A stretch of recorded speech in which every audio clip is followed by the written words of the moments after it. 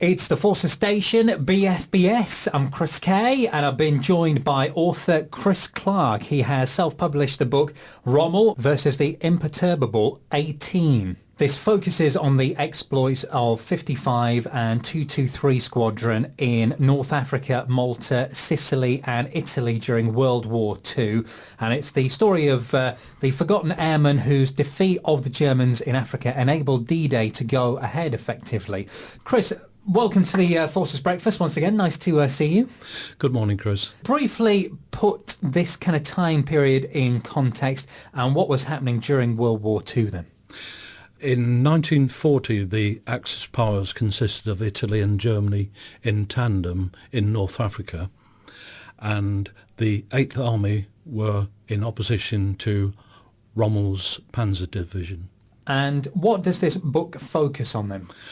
In support of the 8th Army were various squadrons, including 55 and 223 Squadron, who basically were a support service to bomb then strafe the supply lines coming to the Panzer divisions.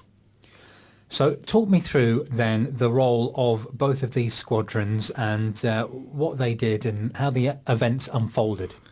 For 3 years there was toing and froing across the Western Desert where there were gains and losses, and the two squadrons lived in tents in a nomadic lifestyle together or alongside the 8th Army. So where the Army moved, the Royal Air Force moved. And what were those conditions like then? You mentioned it was nomadic, but it certainly wouldn't have been anything like what we're used to in this modern era of Camp Bastion and all of this sort of stuff. Whatever the serviceman had was within a four-man tent. That was his only possession for those 3 years. And the aircraft took off 18 abreast from the desert.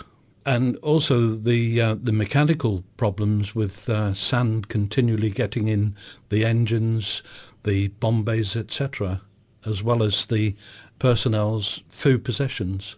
You didn't just have the threat of the Germans, but also you had the threat of the weather as well. Yes, there was extreme heat by day and extreme cold by night, as well as the things that roam around in the desert that are quite unpleasant, including scorpions.